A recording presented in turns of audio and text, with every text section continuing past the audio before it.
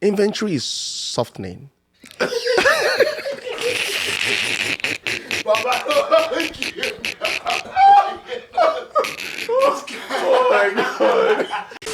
So today we're talking about the Toronto condo market, and some of the things we've noticed, in the recent months and week is the fact that inventories are soaring, rentals are under pressure.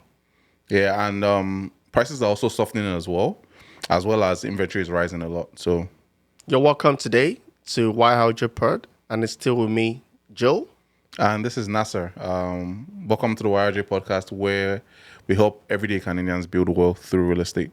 Whenever I hear wealth through real estate, I'm excited. Because to me, it feels like wealth. Yep. So all I have to just do is just what? Get into real estate. Right? In the long term. That's it's not now. It's not short. It's long It's term. long term. Long term. Okay, long term. okay. Well, Okay, so today we're going to be looking at, what exactly does it look like? What's happening in the real estate market, specifically in the condo? condominium space. Like the almighty condo, beautiful high rise. What's going on? Is it really crashing? Is there a crash? Like Crash. America is falling? Or I don't know. Crash is a strong word, but has the condo market been impacted in a very negative way in the past couple of months? Then the answer is an absolute yes. I mean, we're seeing a 13.4% drop in prices. drop in number compared to like what we saw in 2022. Yeah.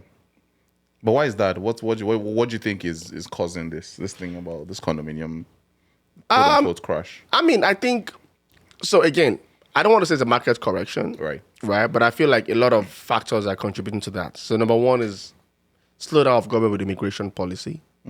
Okay, for sure. That's kind of slowing down things. I mean, the way it used to be, where we had a lot of immigrants come either for students or for PR, just coming with different programs. I think there's been a slowdown of that for government, right? Just again, and for government is they want to correct programs. They want to be sure that the country has the right facility to support the immigration that is either for jobs, amenities and all those things. So of course the impact is there's less demand of people for condominiums. To absorb those condominium units. So again, that also has an impact for people, which means that for maybe for houses, the demands are probably also high. Right. In that instance, right? Yeah. So that's one of the factors that's contributing to that. And again, to think about what has happened in the past 3-4 years, reconstructions that were bought, they are being completed based on immigration programs and projections at that time. Got you. So it's like we're projecting, and then builders are built, people have subscribed into those properties, and now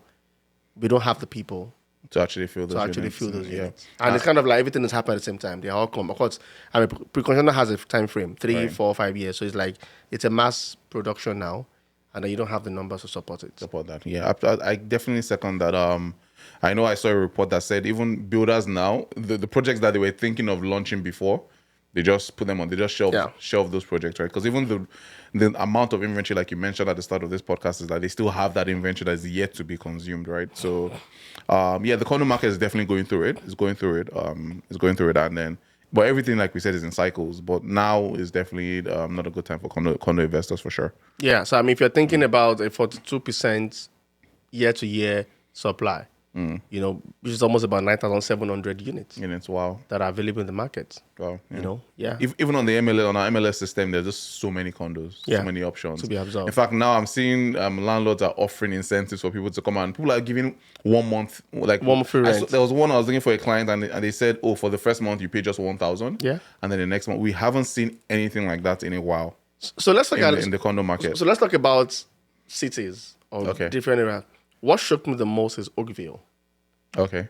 Beautiful city. Beautiful city. I mean, Oakville is, if you know, Oakville is known for, is a prime location, expensive, high-end. Now, rent is going in Oakville, 2-bed, for as low as 2,600. Wow. 24, is that a 2-bedroom, 1-bathroom? 2-bedroom, 2-bath. Not even 20, 2. Yeah. 2,600. 26, 24. That's a steal.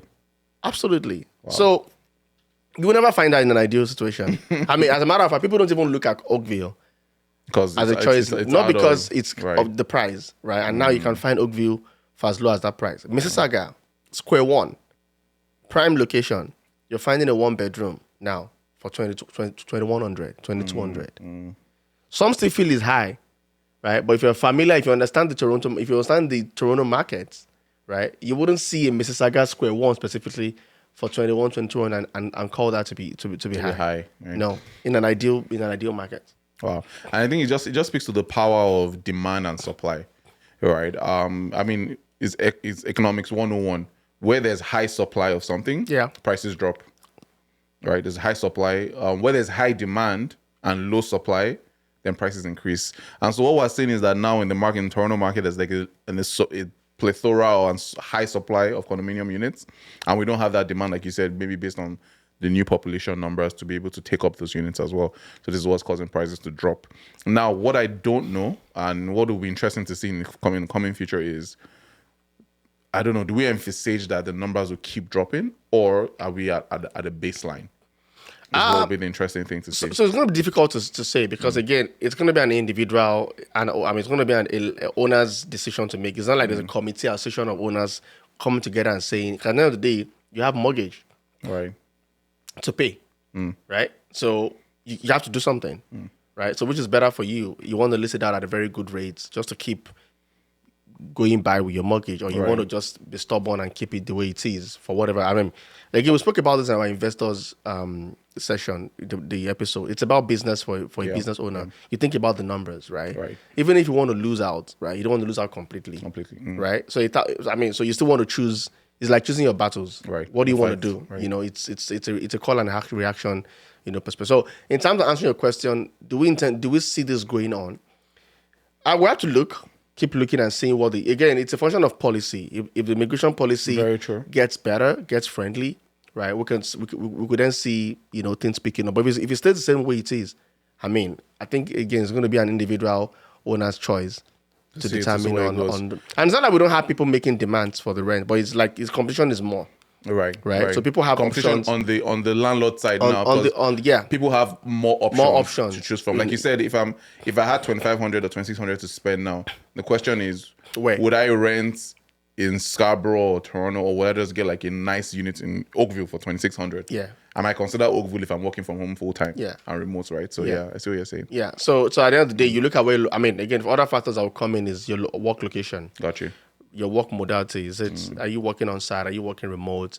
Is it hybrid? And those things will influence how you want the location again. So beyond the price is the work. And again, what we're seeing again is in the business world is things are getting back into the office. Yeah. There's more return. I mean, some are doing 3-2, some are doing 4, some are already even doing on-site, fully on-site. In fact, I just saw a report today about, I don't know, did you see that about Scotiabank asking their employees to come? I don't know how true it's it is. It's not only Scotia. I mean, the banks, the red, the blue banks. Right. I mean, making it from September. Some are saying from September. Wow. But why though? Is that? But that's actually good for downtown condo for the condo market. Yeah. So again, so the way the economy works, it's a cycle. It's a ripple effect. So it could be the fact that the government is looking at. I mean, businesses are looking at, because don't be mindful that some of those owners business also have ownership. Got you. They're the ones that hold the mortgages in real estate. Anyways. Exactly. Yeah. So it could be a thing of, we need to support indirectly this real estate market, and the way is, if we make a demand for return to office, people. I'm just speaking. It's not like I have any facts. I'm just trying to think.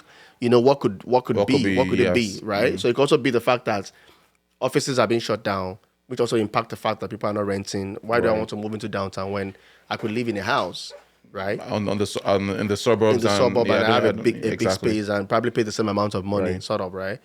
So it's kind of like, I feel, because for example, I'll give an example of Metrolinx.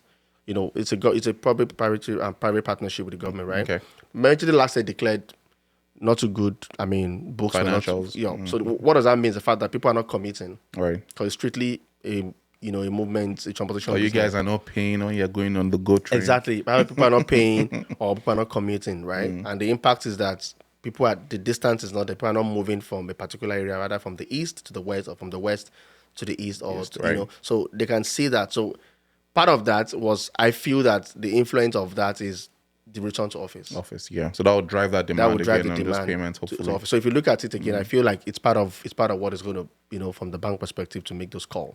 Yeah. That's very interesting. So I would say, so let's now focus on dial down on tenants and landlords.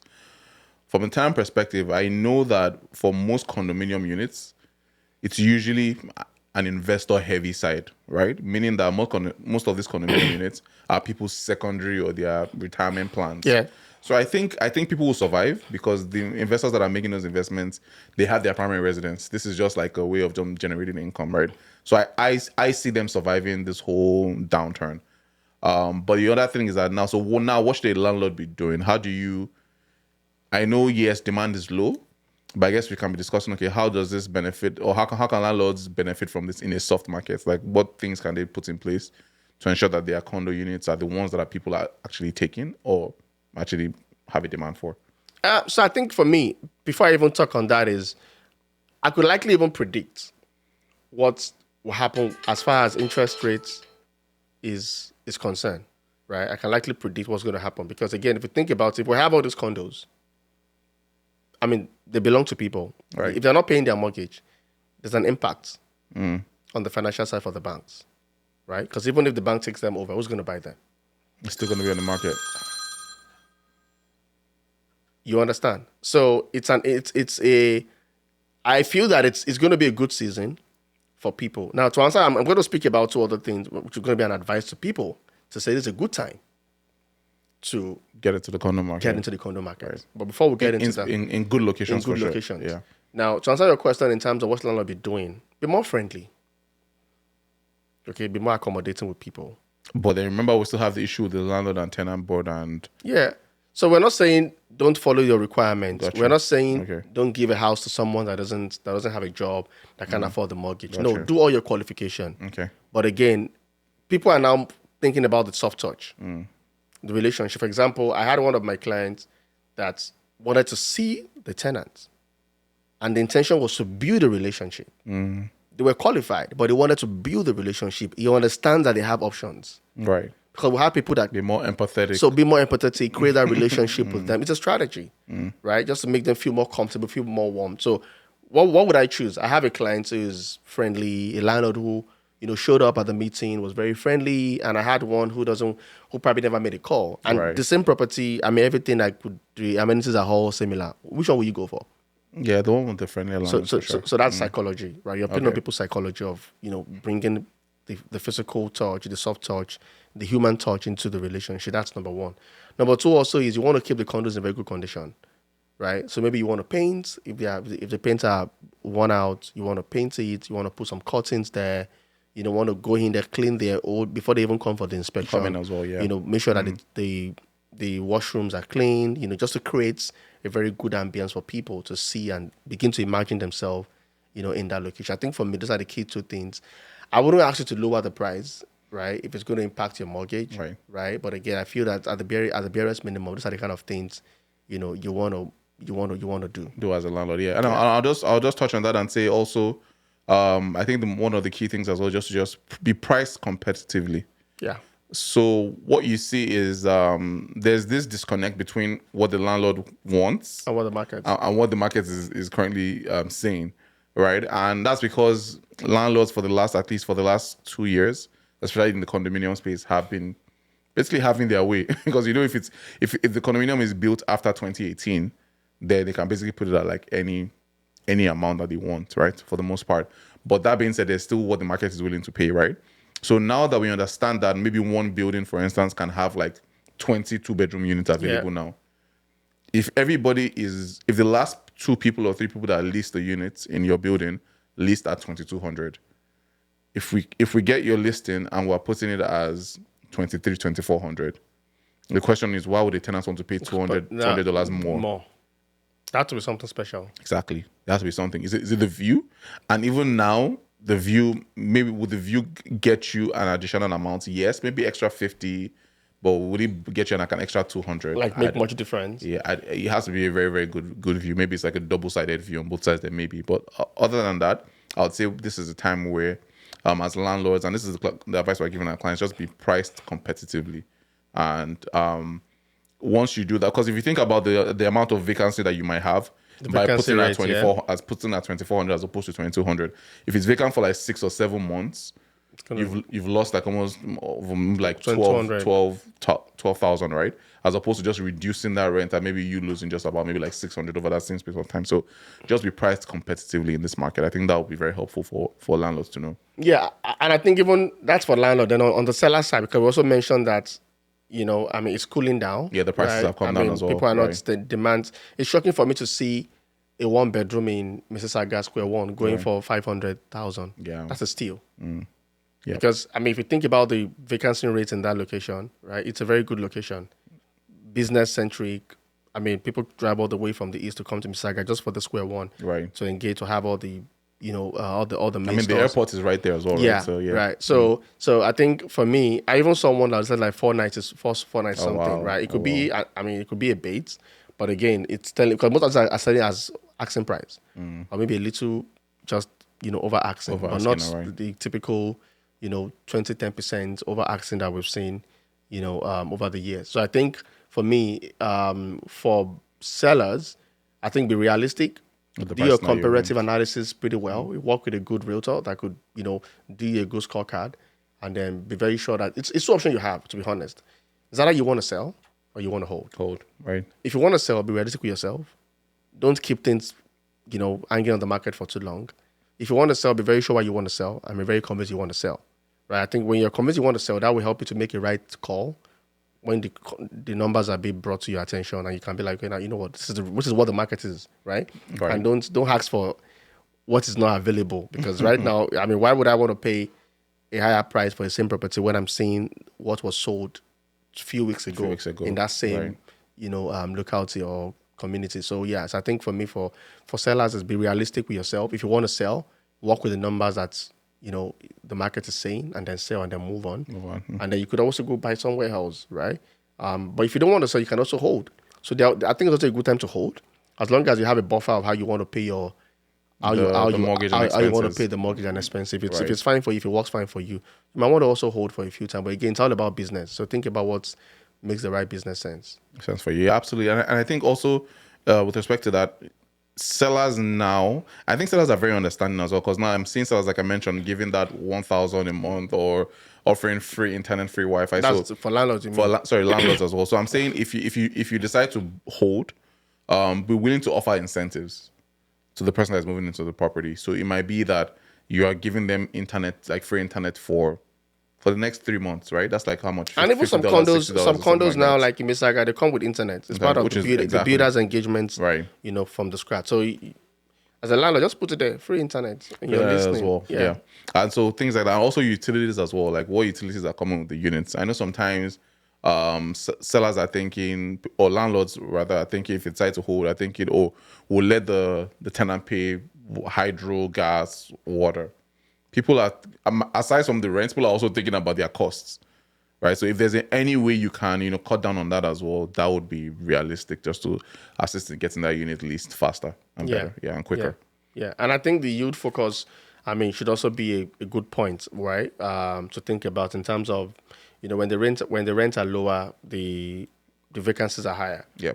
Right. So be able to understand what it is. I think again for me, it's really an individual thing, right? I'm not doing a bandwagon. I want to make the right call it's business, right? And sometimes in business you have to make the right call as to profit or loss, and then doesn't mean you're losing out completely. It just means probably whatever you projected as a harrow high hasn't come. It's not able to happen. But it's real estate, like we always say, it's very, very real. It's a matter of time.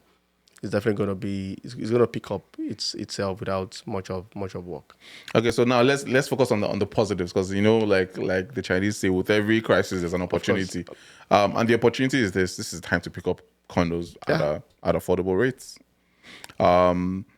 What areas or what pockets would you say maybe investors should be considering picking up condo units at this point in time? It doesn't have to be like a particular community, but at least what cities? So honestly, I think with the whole return to office that it's happened, the work models, I think it might be good to look at the core business areas, right? Within the GTA. I don't want to mention names specifically, but So downtowns for sure. Downtown for sure. Maybe a little bit of Midtown. Right. Midtown as well, like North York is also not bad it's as also a well. very good location. And then, we have it. Just look at the commercial. Like Mississauga we have most of those big corporations. They have Heavy, their branches in the Mississauga as well. manufacturing, the big corporate office that manufacture. They have their corporate office in Mississauga. The heavy aerospace as well. They have their corporate offices There as well. in those areas. So with this policy of return to office that is happening, those are kind of like the prime areas, that I will recommend. Also, the steel areas. Canada is about to get very, very heavy into steel. Okay. So areas that are producing, heavy equipment, like the mining sectors. Right. Areas that have mining operations, that have heavy industrial operations, might also be very good. So basically, where there are jobs. I mean, basically, where you think where there are jobs, right? Right. Or where you've noticed that for a while, historically used to be very, densely populated area, but all of a sudden, due to the pandemic, work modality change, you And saw. then But right people now, left, so things are going back to things are normal going again. back, so it might be a very Gotcha. good area. So maybe like also in Pickering, within the Durham region. Well, Pickering is actually a good one in Durham region. Yeah. As well. I know there's the city of Pickering is doing a lot to basically revitalize the downtown Pickering area. Yeah. And they have like the whole Pickering City Center coming up as Coming well. And they're doing a lot down there as well. So Pickering is actually a good one. Yeah. In fact, you find that in Durham region, I feel like condo-wise, Coming up. Pickering and Oshawa. I saw Oshawa, a lot of condos in Oshawa are also moving as well. Yeah. I think from the Oshawa perspective, the investors are thinking more from the student rental side rental. because of Durham College, UOIT, and things like that. And if you're able to pick up, a one bedroom or a bachelor suite and then just put like a tenant in there, like a student in there, I see those condos moving as well. So yeah. Yeah, and to be honest, I feel that Toronto downtown has suffered for the past they've had it eats Right. in the past few years. So I think it might be coming back with a very strong pull. So if you can take a bite of what it is right now, just position yourself right now. It might be a good time. $10,000, $20,000, a little bit might be a very good time to get into that. Yeah. Yeah, so you have downtown condo market. I remember We just sold those areas now. Are they going to give are the city councillors or the mayor going to give us anything? I mean, we'll see. We can always have that arrangement with them. And I remember there was this condo project. I'll mention the name in Whitby, and at some point, I believe they were selling condos in downtown Whitby. I believe I said for like 700,000. Oh wow! But then recently, I think about a week ago, I saw an email newsletter from the builder saying, "Oh, buy condo starting at 400,000." So I'm hoping the price didn't drop by 300,000. Yeah, but when they said starting, I mean, it's probably going to be like a 499 or yeah, like 500,000. like But I know they have dropped the prices of those condos in downtown, and that was downtown Whitby. And about 5 minutes from the GO station as well. So I'm thinking, isn't it something people should be exploring? But I know Whitby is not really known for its condominium market, and because developers don't really focus on that because it's more of the suburban area where they're focused more on housing, or on single family houses as opposed to condos as well. But it was just interesting to see that price difference between 700 condos starting at 700,000 and now they're saying condos starting at 400,000. So is the condo market crashing? No, crash is a strong word. No, it's a strong word. But the market has definitely softened for sure. For sure. We said something about like investment perspective, right, in the last episode. So if you think about it from an investment perspective, I mean, I feel that whatever price it is right now, right, just make sure that it's not on the very high side. Do the math, do the comparative analysis very well. It's always a good time, right, to buy. Even for condo. I mean, for Whitby that you mentioned, that it looks like all of a sudden that might be the next wave because these properties are not going to be empty. Definitely, whatever traffic has to be drawn, the builders will find a way to get people drive in there for sure, traffic, whatever, to get people in. So so for me, for investors, it's a good time. Good time. It's a good time. It's a good time. Picking units up. Because definitely for sure, it won't last for too long. It won't last forever. Now, the other concern is if you look at what the immigration policy is, again, and the aging population who are moving away from the houses, right, and are moving to senior homes, or those that have condominiums and are in good shape are moving back into the condos, right, for ease of of life of movement, right. So it might also create another tension there for condos. But how soon and how quick nobody knows to absorb the market quickly with what we have in terms of the numbers of buildings, apartments that are available. I mean, I'm just very sure it won't last for too long. It's not going to last forever. No, But absolutely not. but I might not be able to put a specific timeline as to, what is about 42%, year to year, almost like 9,700 units, open up. And I think even way more than that. That's just been Conservative, because there are still units that are going to be finished or yeah, completed that are this already, year, and are going to get on the market as well. But like we say, like I always say, real estate, like everything's in cycles. Yeah. It's ebbs and flows, right? So And people are now, moving, people are changing, people's family life has been changing. Right. Things are moving from different situations, from single, probably living in basement, they're married, and they need a bigger space here without kids, so they want, a condo with 1 or 2 bed and all those things. Yeah. And we still have students still coming in, but I think it's just kind of well controlled.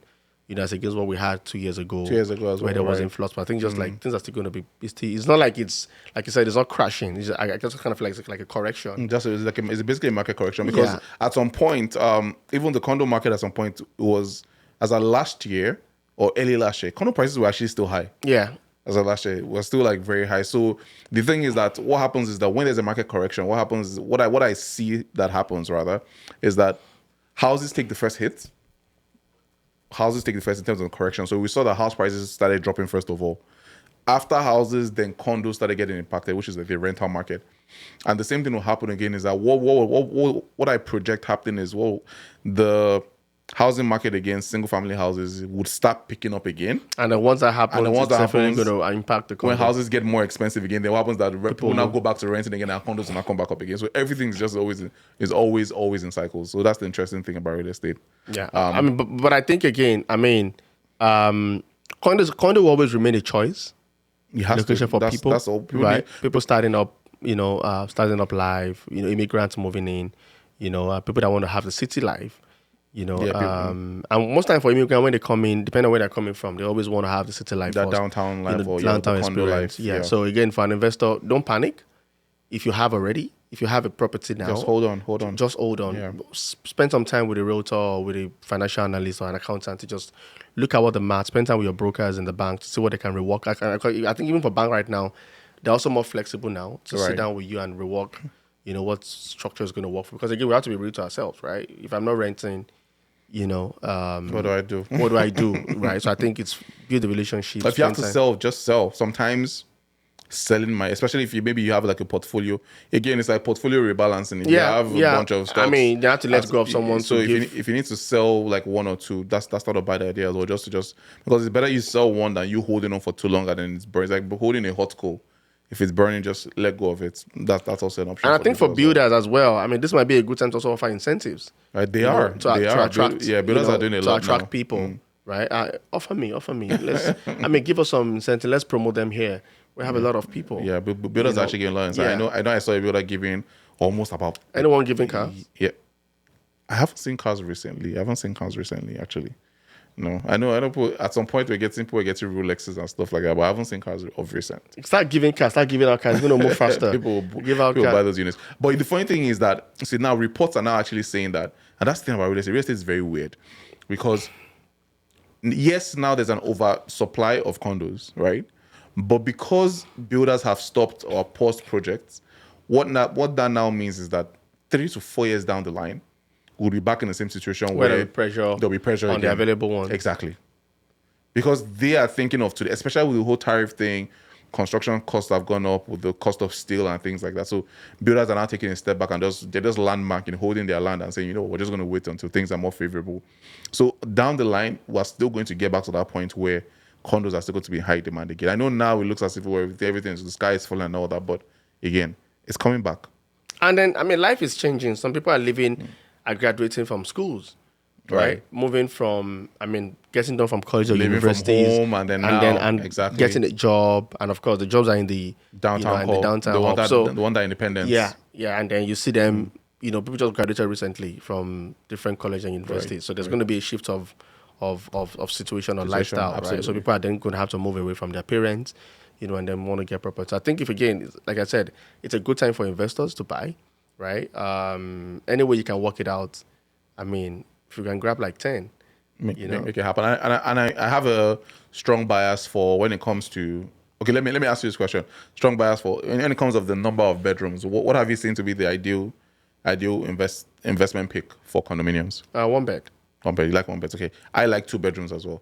I feel like with 2 bedroom, someone can always, if you're a single person looking to get into the real estate market, I like the 2 bedrooms in the sense that you can buy it and then put a roommate. Yeah. In the other room as well. Yeah. 1 bed as well, single professionals. It's so straightforward. I mean, a young professional. Affordable, put it in, put it affordable, 1800, 1900, depending on the location, and then they have the pricing, exactly. Yeah, 1800, 1900. Very, very attractive. Anything starting from 20, 21, from the 2 numbers, kind of like people try to like run it from that. So I like. I mean, I think the one that'll be probably ultimate is the 3 beds. I wish you don't have a lot of time. Probably it's going to be like 1,000, 1,100. Those are definitely staying on the market longer now. Still on the market longer. But again, old time people that are retirees and stuff like that, they might like that 3 bedrooms. Have space for the grandkids and stuff like that. Now I have one. I feel like the government still has one card to play, and no one is really talking about this. Yes. And the one card I think the government has in their pockets, because real estate is very, very, like you said already, it's extremely crucial to the Canadian economy. Why? Because the top banks that we know are heavily invested, and either in mortgages or actually in real estate itself. Exactly, and then a high, I won't say a high, but a considerable amount of their balance sheets are on mortgages. Yeah. Right. Now, if something were to happen to the mortgage market that is so-called crashing, that will be a problem for the banks. Absolutely. Okay. Now, if that's a problem for the banks, then it's a problem for the Canadian government as well. Absolutely. Because the Canadian government is thinking, okay, that's the financial market. Exactly. So that's huge. Now, the card I'm talking about that governments have to play, which is foreign buyers. Open up the door. Exactly. Because now what we have a ban on foreign buyers, right? As you guys all know, if you haven't heard already, if you're not a permanent resident or a citizen of Canada, you're not allowed to buy real estate, right? Or you can buy. Actually, you're not allowed to buy. Yeah. You're not allowed to buy. There's some rules if you're working here in Canada, but aside from that, you're not allowed to buy real estate. Even on the work permit, I think it's almost like they have a lot of requirements. There's a hold on it, yeah. So, but I feel that if it gets to a point where the banks are feeling the pressure, that's a policy thing that can change like overnight. What's to stop them from just saying Canada has officially removed the policy ban? Maybe because I know now it's supposed to be removed in 2027, but they could bring it backwards. Bring it to 2026 and just take that off, and then that would whatever supply or influx they're looking for by doing that quickly, because foreign buyers love Canada as an investment space. Yeah, it's peaceful. So I think that's a trigger that they have, but they're not playing that card. I think that's like a last resort thing because. It's last. I'll just say that that's just a last resort thing. So guess what? If you know the federal government, is it federal they call them? Yeah, it's a federal. Okay, if you know the government of Canada, Canny, go tell him, wow, Pod, we have some solutions. Yeah, we've given him let them reach out to us. Trigger. No, that's just one. We have a lot. I mean, I have a lot of solutions we can give to them. I mean, so go tell them we have a lot of solutions. We have a lot of insights to share with the government that could help, close this gap and soften the market. Yeah. Because the government gets taxes, right? They do. Property taxes. So if people are not building, right? You don't get those property taxes. Imagine, think of even developmental charges as well. Yeah, developmental charges that they get. Builders building. Yes. Even though I saw a report about Peel Region, for instance, now just to encourage builders to continue building, the Peel Region just removed. I think they cut developmental charges by 50%. Oh wow! Yeah. So Peel Region meaning Brampton, Mississauga, they just cut developmental charges by 50%. So that might encourage. Some builders or developers to start thinking of maybe bringing some more units to market in the Peel region.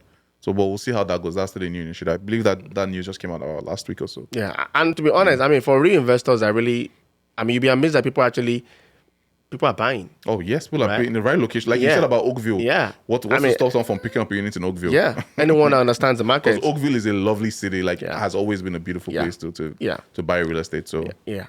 So even for me, I want to live there. It's pretty nice. Very central, beautiful. Oakville, Milton, Mississauga, downtown Toronto, Pickering. That's a nice and I feel like if you look at the province or the cities, some are going to have more heat than the others. Yeah, absolutely. In terms of the impact of what is happening to them. Yeah. Absolutely. I remember there's this city where General Motors used to be, and they had a layoff. The plant was shut down, the whole tariff. That's going to be a lot of impact. Yeah. Because people that are working there don't have jobs. They probably have to move away and stuff to other locations, and it's going to create a lot of pressure or tension in those locations. So what do you think about Hamilton?